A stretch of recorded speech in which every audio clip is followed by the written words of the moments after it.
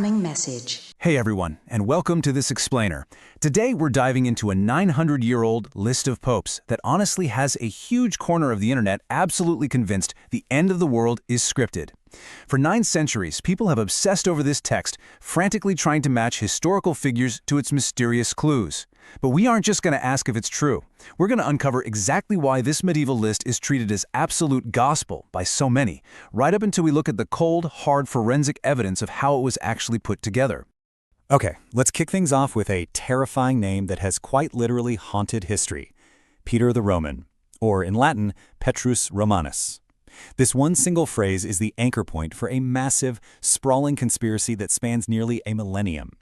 According to the legend, Petrus Romanus is the final chapter of a very, very dark story.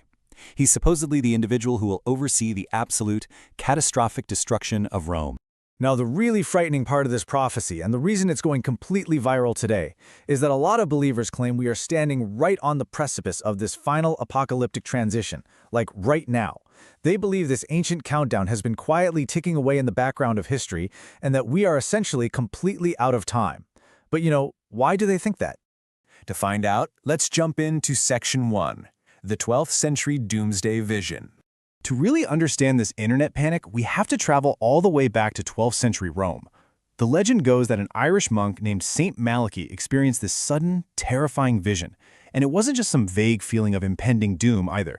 It was a highly specific, ordered sequence of every single future pope leading right up to the end of days. I mean, imagine sitting there in the Middle Ages and suddenly downloading a complete, exhaustive roster of world leaders for the next 1,000 years.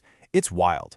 What makes this so incredibly exhausting for historians, though, is the countdown itself. Exactly 112 popes were supposedly predicted. Not some vague, open-ended era, but a highly specific, hard limit on the future of the papacy. It literally turns an unpredictable, messy historical timeline into a ticking doomsday clock.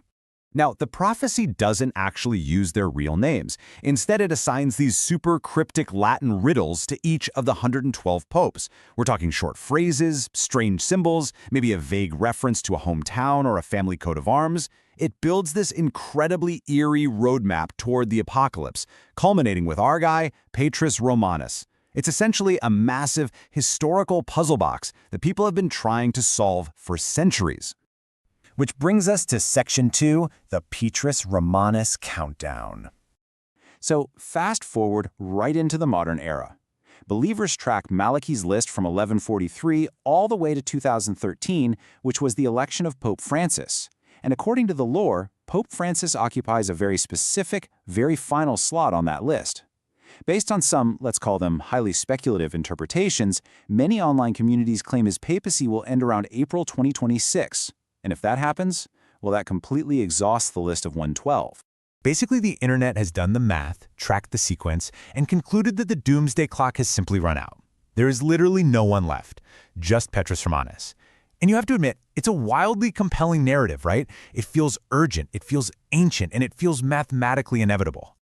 But hold on, let's look at Section 3, the 1590 Vatican Archive discovery. Before we go totally accepting the end of the world, we really need to look at the actual forensic evidence, because right here is a massive, glaring problem. Saint Malachy supposedly has this apocalyptic vision and then dies in 1148. And then, well, nothing. Absolute deafening historical silence. For over 400 years, no popes, no scholars, no historians mention this supposedly earth-shattering prophecy even once. It is a 4-century-long blank space. Then, miraculously, it just appears. In 1590, it is suddenly discovered in the Vatican archives and published by a Benedictine monk named Arnold de Wyon. I mean, think about how incredibly convenient that is. A long-lost document detailing hundreds of years of history just happens to surface 4 centuries late. As a historian, that 400-year gap doesn't just raise a red flag, it raises all the red flags. And that leads us perfectly into Section 4, the signature of a forgery. This is where we actually analyze the words on the page, and the whole thing falls apart. When we compare the mottos describing popes before that 1590 publication date to those after, we see the absolute, undeniable signature of a forgery.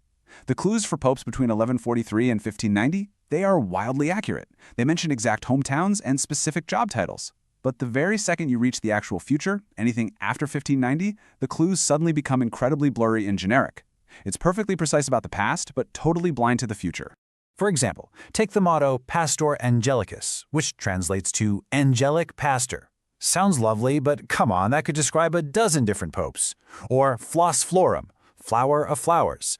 Believers will literally twist themselves into knots trying to make it fit, saying things like, well, he really liked walking in the Vatican gardens. Because these later mottos are so vague, you can retrofit almost any modern pope to the phrase if you just squint hard enough. It's essentially a historical horoscope. So, if St. Malachy didn't actually write it, who did? Well, the historical consensus is crystal clear. This was targeted political propaganda. It was specifically designed to sway a highly contested papal election in the year 1590. The author just retrofitted the past to make the document look credible, all so they could drop a fake clue pointing the voting cardinals toward a specific candidate. Yep, it was basically 16th century election interference, all wrapped up in medieval mysticism. So let's wrap this up with Section 5, why we still believe. If history unequivocally proves it's a fake, and it does, why does the internet still completely obsess over Petrus Romanus today? Well, the answer lies in us. During times of global transition and upheaval, human beings desperately reach for a script. A papal transition naturally feels chaotic.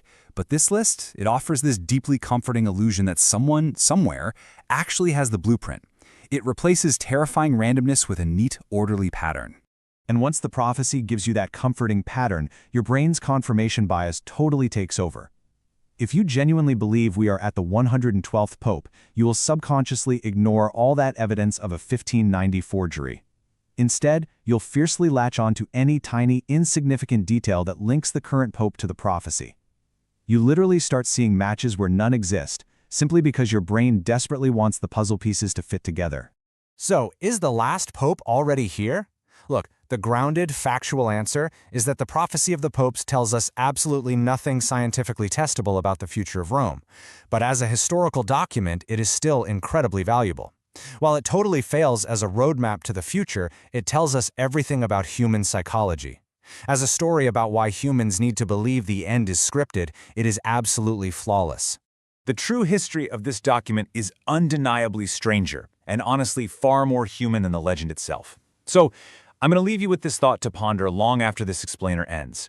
When we look at ancient predictions that suddenly go viral in the modern age, are we looking at genuine prophecy, a clever medieval forgery, or simply a self-fulfilling pattern born entirely out of human nature? Thanks so much for watching, and as always, keep looking closely at the evidence. Come to me, chickens! Cock-a-doodle-doo!